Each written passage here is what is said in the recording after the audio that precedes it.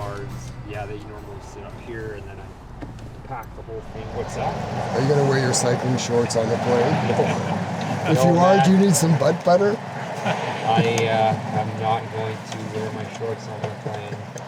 He's already starting to show a little signs of separation anxiety. Last night he came knocking on my door after we were in bed, and he asked me if I could come out and tuck him in and read him a quick story. So, Yeah, well, it's a hell of a journey to be working together. yeah, he's the second longest. Darcy was the first.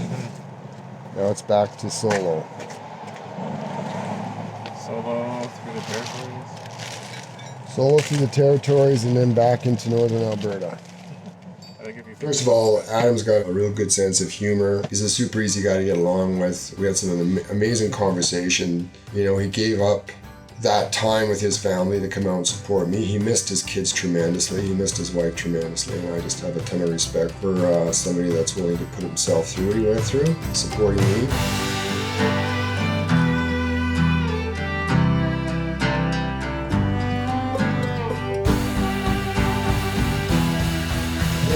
Here we are. We're staying at an Airbnb this time.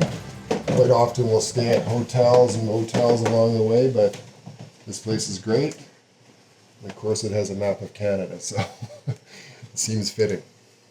So I've cycled all the way across and up into the Yukon. I could just proud of it, but also just in disbelief. And of course I still have some work to do, so I kind of feel like taking this off the wall and taking it with me because I think it's a neat reminder.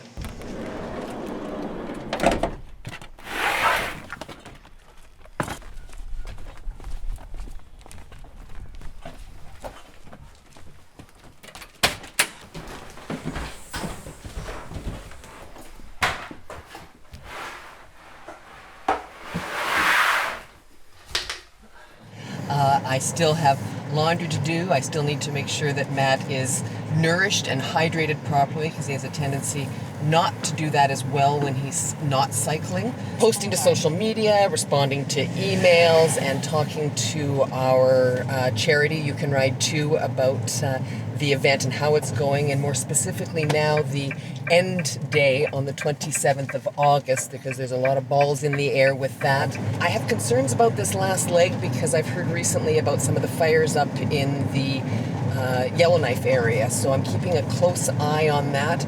If the fires are too close to Edzo or Yellowknife, we may have to make some alternate routes because I'm just not going to put anybody in danger. So it's constant. So for me, I've gotten so used to getting on that bike. Rest days actually bring me down mentally and physically. I don't feel rested, and I actually start to worry about what's to come. The only thing that's on my mind right now is I got to get back on that bike tomorrow at 6:30 and start another 3,000 kilometers of cycling by myself now. So do I enjoy the rest days? They're not giving me the benefit other than it gives me a chance to promote the charity. It gives me a chance to work with local organizations. It gives me a chance to meet with the sponsors. So there's no such thing as a rest day. And I think our calls that we have every couple of weeks also acts as a bit of a tonic for both of us.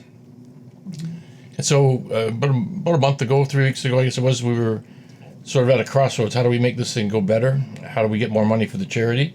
I also have a charitable foundation, and we decided we would match the next $25,000 dollar for dollar. And I think that inspired some of my friends and the people who follow me to say, okay. I think a lot of people are now sitting up and taking note of this and saying, okay, well, maybe this is something special. And of course, having Lyle on board and you folks on board. I actually had a thought yesterday when I was nearly clipped by a semi, and I was, oh my God, I just about got hit. And I thought if I did, it probably helped the charity more. And I'm not trying to be discouraging, but it's almost like, what more can we do? I mean, we've got... I do worry about the finish line now. I'm actually starting to worry about it because I don't know what it's going to be. Who's going to be there? What's going to be there? I don't know what the total is going to be on our donation.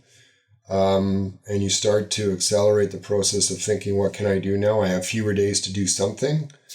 what are those things that I should be doing? I just hope enough people tune in and we get the big crowd at the end, and I hope the donations get up there. And I've got only, 25 days left to really turn this thing up. So he talks about being beat up mentally, and I think that's just because of the hard task that he is engaged in. However, I think that his growth mentally and spiritually is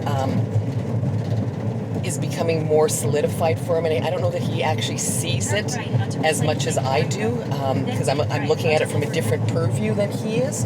He is becoming a significantly more compassionate human being, and taking a look at what others are going through as opposed to just his lens. I think this is great growth for him. So my break day is done. I've had a good rest. Yesterday I was a little bit sad, a little bit tired, but now I'm ready to go. I'm re-energized. I'm optimistic that my body feels really strong, and I'm starting towards the finish line. I don't quite see it yet, but I can definitely sense it. And I think once I get the next 3 days under my belt, I'm gonna really feel a shift in momentum. You know what? We've turned this whisper into a roar, so it's time to finish the mission. Good evening, everyone. The military is now on the ground in the Northwest Territories as a historic airlift is underway in some of the most remote communities in the country. And tonight, the capital city of Yellowknife declared a state of local emergency. Plane loads of evacuees have already fled Hay River, Fort Smith, and Jean Marie River. It's the largest emergency airlift ever in the territory. CTV's Joe Makishon now on the urgent threat and the flights to safety.